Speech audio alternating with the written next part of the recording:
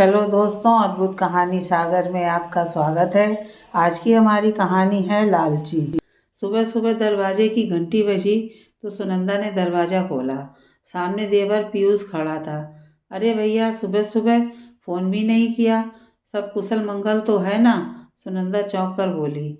अरे भाभी, ये मेरा भी घर है, मैं कभी भी आऊँ, मेरी मर्जी, पीयूष ने कहा तो सुनंदा भौचक्की रह गई। जो देवर महीनों से घर का रुख नहीं करता था, वो आज सुबह सुबह अपने परिवार के साथ सामने था। उस पर कितनी बेरुखी से बोल रहा था। सुनंदा ने कुछ नहीं कहा। भैया, आप लोग बैठिए, मैं चाय बनाकर लाती हूँ। तब तक आवाज़ सुनकर आदित्य भी बाहर आ गए थे। अरे पीयूष, तू कब आया? अरे भैया, आप दोनों मेरे आने से इतना परेशान क्यों हो रहे हो? आखिर ये मेरा भी घर है, मेरा भी कुछ हक है इस पर, कहते हुए पीयूष ने अपनी पत्नी की तरफ देखा। उसने मुंह बनाकर कुछ इशारा किया। अभी सुनंदा चाय बनाकर लाई थी कि दरवाजे पर दोबारा घंटी बजी। सुनंदा ने दरवाज़ा खोला तो दूसरा देवर और ननद खड़े थे। अरे आप लोग भी सुबह सुबह, क्या बात है? आज सबको हमारी याद एक साथ आ गई। सुनंदा हैरान थी। जो ननद देवर त्योहार पर भी मुश्किल से ही आते थे, आज सब एक साथ कैसे? सुनंदा सबके लिए चाय बनाने गई। तो भैया, क्या सोचा, कैसे करना है आगे? चाय पीकर पीयूष बोला। बाकी दोनों भाई बहन ने भी आदित्य की तरफ प्रश्नवाचक निगाहों से देखा। क्या करना है? क्या करना है अब मुझे? भाई की बात से आदित्य हैरान था। भैया, मम्मी की तबीयत खराब है, डॉक्टर ने जवाब दे दिया है, तो आगे मम्मी पापा की जायदाद का कैसे करना है? मम्मी के सामने ही फैसला कर लेते हैं, फिर बाद में कोई लड़ाई झगड़ा ना हो। छोटे भाई आंसू ने सीधे शब्दों में बोल दिया। तुम्हें किसने कहा कि मम्मी की तबीयत खराब है और डॉक्टर ने जवाब दे दिया? आदित्य ने हैरान होकर पूछा। भैया, अगर आप नहीं बताओगे तो क्या हमें पता नहीं लगेगा? हमें सब पता है कि आप और भाभी सारी जायदाद हड़पना चाहते हैं। इस बार बहन आशा बोली। तुम्हारा दिमाग खराब हो गया है, कैसी बातें कर रहे हो तुम लोग? आदित्य को गुस्सा आ गया था। सुनंदा तो हैरान खड़ी सब सुन रही थी। तभी अंदर से पूजा की थाली लेकर मुग्धा जी बाहर आईं।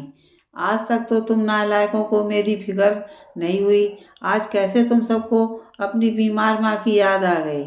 माँ को सामने ठीक ठाक खड़े देखकर उन तीनों को पसीना आ गया। माँ, तुम ठीक हो? तुम्हें अच्छा भला खड़ा देखकर बहुत खुशी हो रही है। जैसी खुशी हो रही है सब सुन लिया मैंने। पूजा कर रही थी, लेकिन तुम तीनों नालायकों की आवाज़ सुनकर अनायास ही कान तुम्हारी तरफ लग गए। जिन्हें महीनों अपनी माँ से बात करने की भी फुर्सत नहीं मिलती, वो आज सुबह सुबह कैसे माँ से मिलने आ गए? तुम्हें माँ नहीं, प्रॉपर्टी का लालच खींच लाया। कहीं ऐसा ना हो कि बड़ा भाई सारी प्रॉपर्टी अपने नाम करा ले, मुग्धा जी बोली। लेकिन कल चाचा जी ने फ़ोन पर बताया कि तुम्हारी माँ की तबीयत बहुत खराब है और डॉक्टरों ने जवाब दे दिया है, पीयूष बोला। पीयूष की बात सुनकर आदित्य हंसा। सुनंदा बोली, परसों हम मम्मी जी को रूटीन चेकअप के लिए डॉक्टर के पास ले गए थे। डॉक्टर ने कुछ टेस्ट लिखे थे। डॉक्टर के कैबिन से बाहर निकलते वक्त मम्मी जी का पैर फिसल गया और वो गिरते गिरते बची।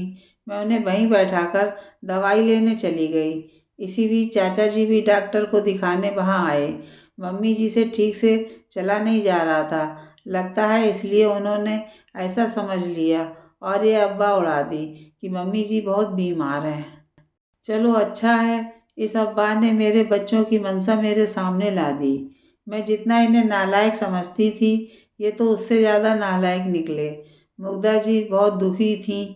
मम्मी, हमें माफ़ कर दो। हमें लगा कि भैया अकेले ही सारी संपत्ति हड़पना चाहते हैं, इसलिए उन्होंने आपके बारे में हमें नहीं बताया, जिससे हम यहाँ समय से ना पहुँच सकें। चुप करो तुम लोग। सुनंदा बहू तो तुम्हें रोज़ फ़ोन करती है कि आकर मिल लो, लेकिन तुम लोगों के पास मेरे लिए समय ही नहीं है। तुम्हें ये लगता है कि कहीं सुनंदा मुझे तुम्हारे साथ ना भेज दे, लेकिन उसे भी पता है कि मुझे भले ही कुछ हो ना हो, लेकिन तुम्हारे पास जाकर मैं ज़रूर बीमार हो जाऊंगी। तुम तो लालची हो, आज भी लालच की वजह से यहाँ आए हो। निकल जाओ मेरे घर से, मेरे घर में तुम्हारी कोई जगह नहीं। मेरी सारी प्रॉपर्टी उसी की है जो मेरी सेवा बिना लालच के करेगा, और तुमने वो मौका खो दिया है। अच्छा है नीरज भैया ने अब्बा उड़ा दी और मुझे बीमार कर दिया। कम से कम तुम्हारे असली चेहरे तो सामने आ गए, मुग्धा ने सख्त शब्दों में कहा। अब उन तीनों के पास पछतावा के अलावा कुछ नहीं बचा था। वो अपनी गलती पर पछता रहे थे कि किसी दूसरे की बात मानकर अपने भाई पर इतना बड़ा इल्ज़ाम लगाना गलत था।